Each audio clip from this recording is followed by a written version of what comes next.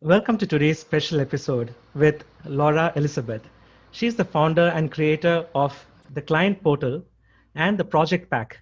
She also runs designacademy.io, which helps developers conquer the fear of design.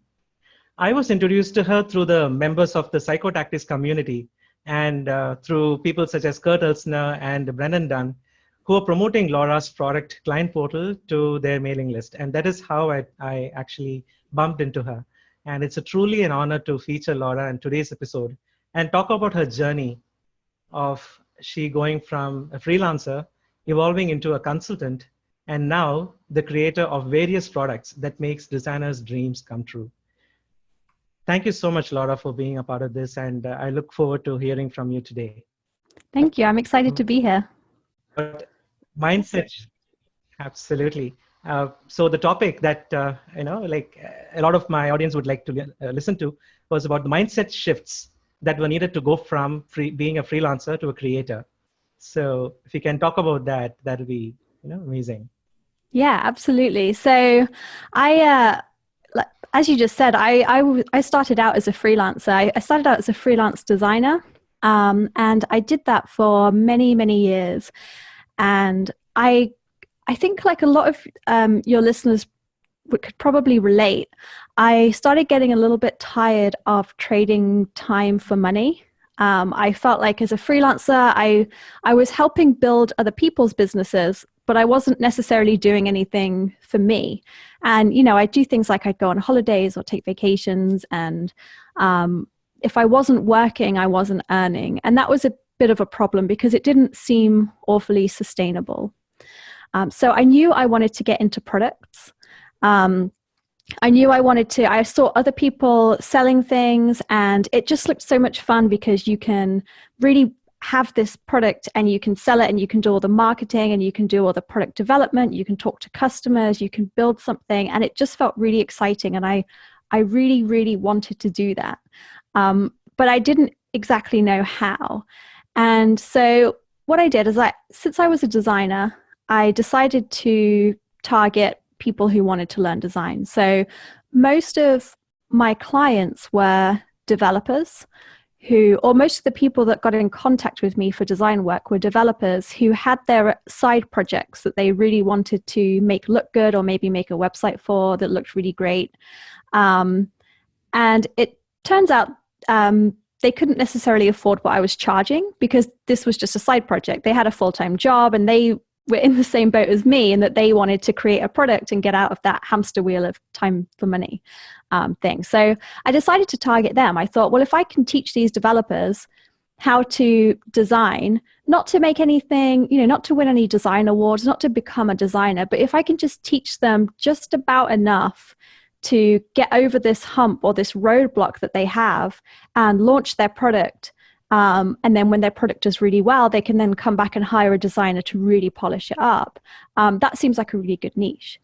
Yes. So I created a landing page it was just a one-pager with, sign up and I'm going to give you articles and stuff on how to design. And I wrote it basically saying what I just said to you now about this is who I'm targeting and all that. And I started getting signups. And how I got signups was I do guest posts on other blogs like Smashing Magazine, which is quite a big one. And I'd put a link to my landing page at the bottom. I'd ask to speak at conferences, and I'd try to go on podcasts, and I'd link this landing page. And that's how I got my first signups. But in terms of mindset, I still wasn't there because I didn't actually have anything to sell. And I was sitting on this for years. I think it was literally about 2 or 3 years that I was doing this and I was writing to my list and I wasn't selling anything. I didn't make a single penny from that list. And I was just stuck. I don't know what it was. I think I was a bit scared. I think I wanted to create a design course and I was still working full time as a freelancer, and I just didn't really feel like I had the time to put into it. I maybe could grab an hour here and there, But it wasn't enough to really focus on creating a course. So I didn't have the time.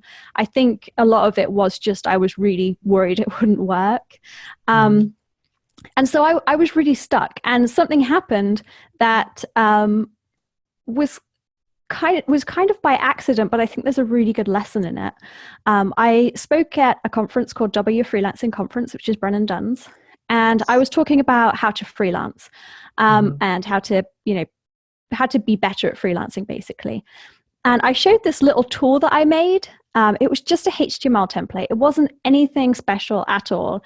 And I said, if you don't want to use project management tools because a lot of clients don't like them and they don't use them, just create a little portal on your website where you can use all the fantastic tools like Google Docs or Newsy for proposals or HelloSign and all these fantastic tools that you probably use. Just create a portal on your website. It could look like this, and I had a picture of mine that I made up, and it just links out to all of it. And throughout the conference, the rest of the conference, people were coming up to me saying, where can I buy this? This is genius. I need this. And Brennan actually went round the conference at the end and said, what was the most valuable thing you got out of it? And more than 50% of people said, Laura's client portal idea, it's genius. So Brennan said, hey, we've got a lot of people who seem to want this. Do you want to make it into a product? If you do, I'll happily promote it to my list because they clearly want it. But you have to do this by Monday because it's Black Friday and I'm sending out a big Black Friday deal to my list. And you have to do it by then because that's basically when I'll include it in that, and that's when I'll send it out. This was Friday that he told me this. So I had the weekend to basically make this into a product. And so I realized I couldn't make it anything more than a HTML template. That's what it had to be. But I said, I'm going to use the money that I make from this, hopefully, and create a WordPress plugin so you can use it easier. Right now, you're buying the HTML template. You can use it if you want to, or you can wait for the WordPress plugin. And I'm going to give a fantastic discount. It's never going to be cheaper than it is right now for this essentially pre-order. But I made a bunch of tutorial PDFs and I packaged it up and I tried to make it look nice. I made a bunch of welcome emails and sequences and all that. And I worked so hard. And on Monday, it was just about ready. And he launched it and it did really well. I think it made like $10,000 or something just for that from that one email that Brendan sent. And to a lot of people, that might not sound awfully life-changing, but to me, that was crazy. $10,000 was insane for that one email that went out for this product that I didn't even know was a product. For validation, this is like amazing, just with one email, without any promotion, like getting your idea validated is great. And I also received that email. I remember very, very clearly. I was on that list as well. Oh, and nice. This is great. Yeah, it was fantastic. And it was honestly, it was so lucky. A lot of it was pure luck, but I think there's a really good lesson to learn to make it not lucky for the people who are listening. And that's, don't sit on an idea for years like I did and not do anything because you're scared or you don't feel like you have the time. You really just need a couple of days and you can launch something. You really can. And, I would say in terms of mindset, the longer you put something off, the more scary it becomes. So that design course that I was thinking of doing became more scary in my mind over the years because, I was thinking it's got to be the best course ever. It's got to be so different from all these other courses. Anytime a design course came out, I'd study it and say, how can I make mine better? And that would just drive me into this horrible just cycle of just not doing anything, just treading water. And with Client Portal, I wasn't scared at all because I didn't even know this was going to be a product. I just went in and did it. And to be honest, if I did that and I spent the weekend creating Client Portal and I didn't get those sales and it didn't work out, well, it was only a weekend. It wasn't years of work in the making. So, I would really say in terms of mindset, I would really recommend people just create something that you can hopefully sell as quickly as possible. It doesn't need to be polished, as long as you're honest with people about how unpolished it is, and you say, you know, this is where it is right now. Do you want to buy it in exchange for this, you know, support me in exchange for this incredibly cheap price? And, you know, like you said, you'll get the validation and you'll have done something and you'll have an actual product out there. That is brilliant. So you brought up a very interesting point here, you know, because it actually took someone to actually introduce you to the list and kind of promote your product to a list to actually get you to start really working towards building your MVP. So my question is this: when should an entrepreneur or when should a creator stop thinking and start creating an MVP? Because not everyone is going to get an opportunity like someone's going to introduce you. So when do you think people should stop thinking and start taking action? So that's a really good question. You're right. Most people won't get an opportunity like I got. And so what I would say is the most important thing is you start building a list of people as early as possible. So like I did with the landing page, you know, the first thing you really need to know is who you want to target, even if you don't have a product idea in mind. And to be honest, a lot of the time it's better if you don't have a product idea in mind, unless you have an idea that is just getting, you know, you're talking to people and people are saying, oh my gosh, I really need this. And you can kind of feel what people are really thinking. Like, how excited are they? Are they, I need this immediately, shut up and take my money? Or are they like, you know, that's a good idea. Yeah, it's all right. You can kind of tell what they're thinking. So for most people, I would say maybe don't start with the product unless you have that and you just feel like it's going to go really well. And a gut feeling is, I think, perfectly valid, to be honest. So if you don't, start building your list as early as possible, but you need to know who you're building it for. So everyone has some group of people that they feel like they can help. For me, it was developers. And luckily for me, a lot of developers were also freelancers. So with Client Portal, there was a lot of overlap. So even though I was building my list of developers, I could still sell Client Portal to that list, and I actually got a really good response from that as well. So build your list as early as possible and try and talk to them as much as you can. So I unfortunately can't do this as much as I did when I first started. But one thing I did that I think was really valuable was anyone who signed up to my list, I had a question that goes out that it tries to encourage a response. Anyone who replied to that, I'd send a super personal reply to them. So not automated, just completely raw. Like, you could tell it was actually me behind the keyboard talking to you. I'd listen to what you said and I was talking to you. And I would have these long conversations with people on my list. And I would just find out about them and what they did, what they struggled with, what they enjoyed doing. And it was just more like a conversation. And you can do this over email like I did, or even better, do it on a call if they're willing to just chat to you for a few minutes. And a lot of people actually surprisingly are.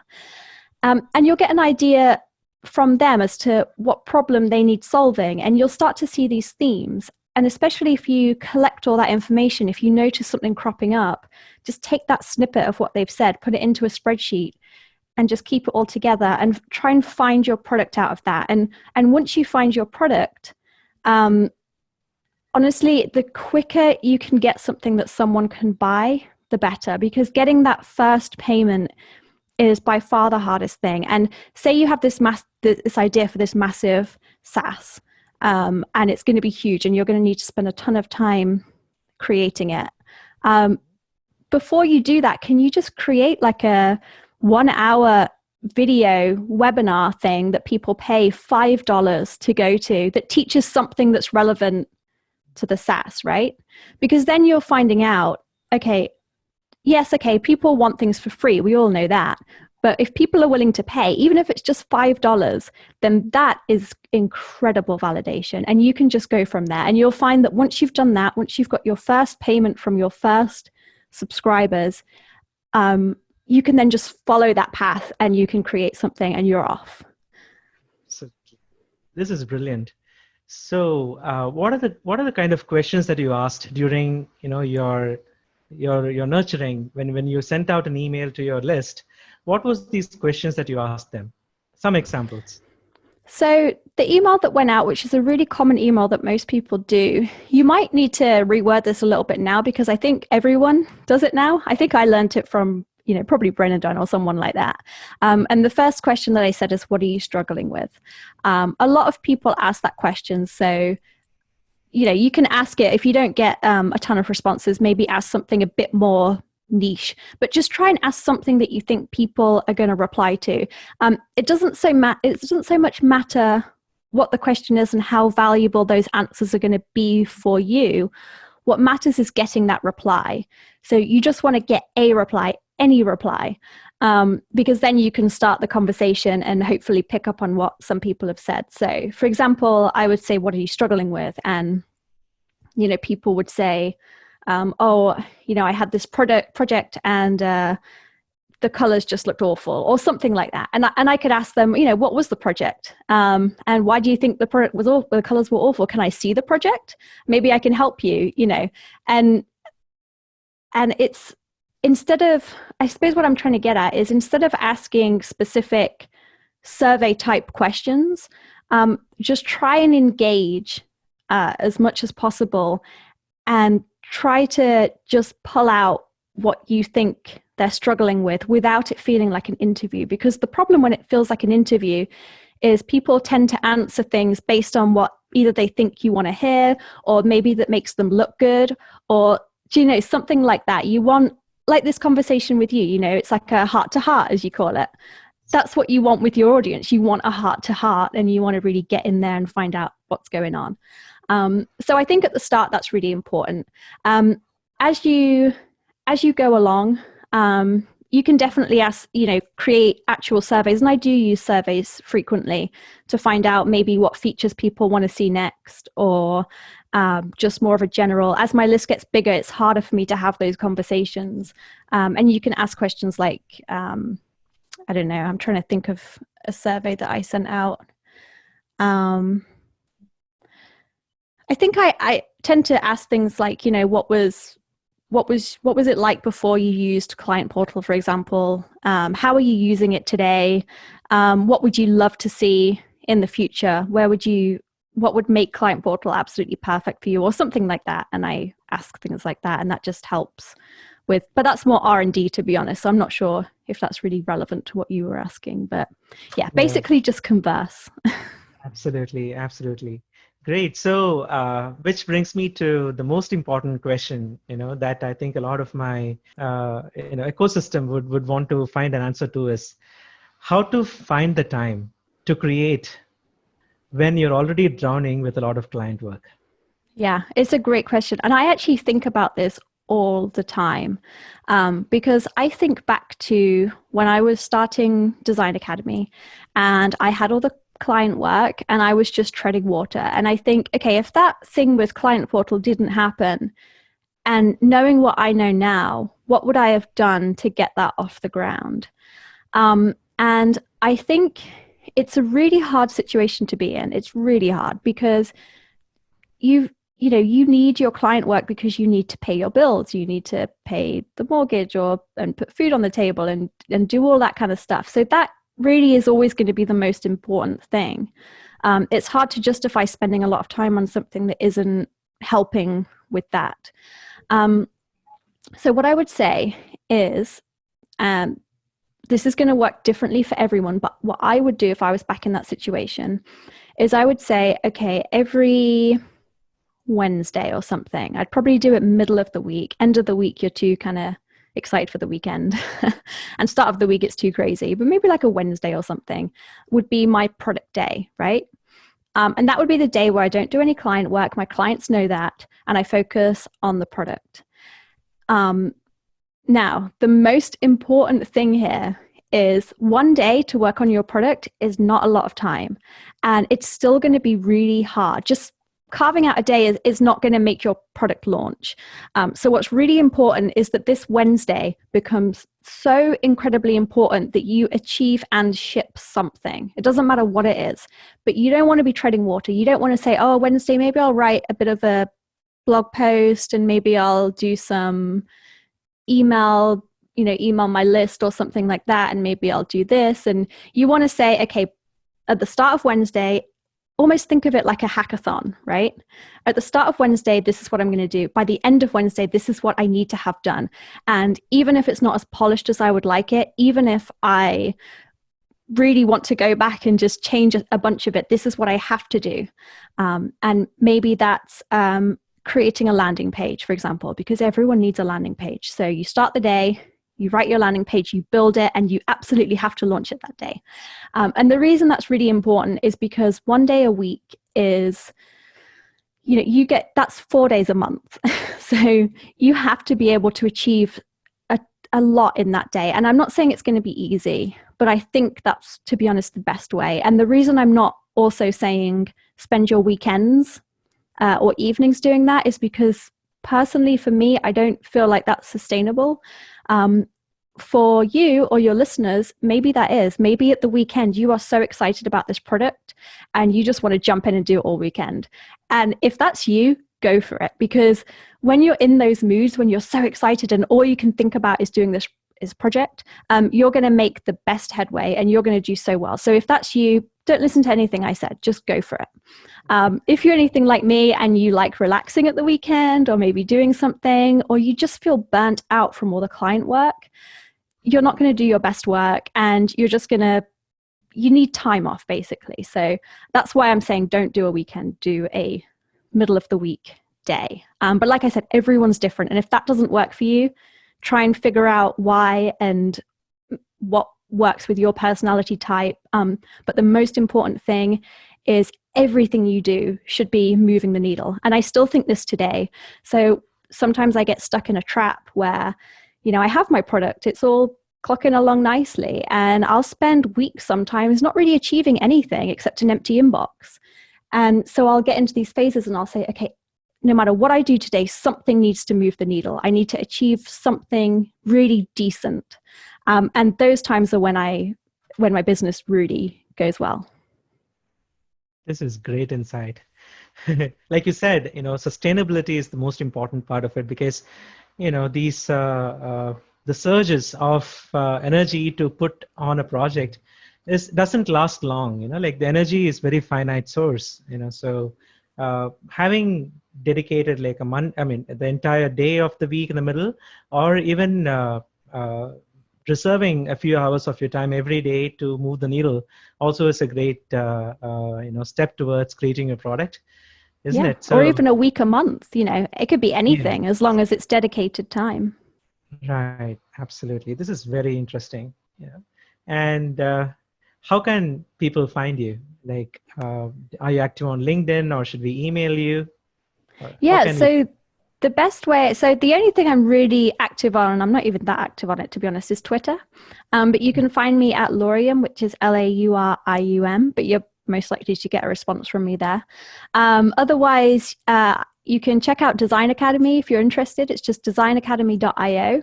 And there's an email course in there which teaches 6 principles on learning design. So you can go through that if you want to. If you're someone who wants to actually improve their design, you can see how I create that course. There's also Client Portal, which is client-portal.io. Again, there's a free email course there. And this one's interesting, both if you're a freelancer, so you can go through it and find out how to, be better at freelancing and give your clients a really good experience. But you can also see how I pitch Client Portal at the end of that. So if you're getting into products, that might be useful from a standpoint of, okay, how does she go from an email course to a pitch? So you could check me out there. There's contact forms on there, which just basically goes to my personal inbox. If you want to email me, feel free to use those. Awesome. That is great. So I want to, end this podcast with saying this. Client Portal is one of the tools that really transform the way that we set expectations with our clients, and showing them the entire journey of what they're going to receive and things like that. My clients are huge fans of the Client Portal, and that tool is something which kind of completely transformed the way that we do business. And even now, today, I was on a team call with my my customer relations manager on how to take it to the next level. to start using that in our productized services. So I know for a fact that I'm a huge ambassador for Client Portal. So I would love if you can give a special deal to my listeners and audience, to sign up for Client Portal, and I can link it on the show notes as well. Oh yeah, absolutely. I'd love to. Yeah. Yeah, we'll set Great. that up straight after. So yeah. Okay. Awesome. Awesome. Great. Thank you so much, Laura, for being on the podcast. And I look forward to be in touch, more often. And I look forward once all these madness ends, probably at a conference that you're speaking at. Definitely. Yeah. I'm excited. Thank you so much. Thank you very much.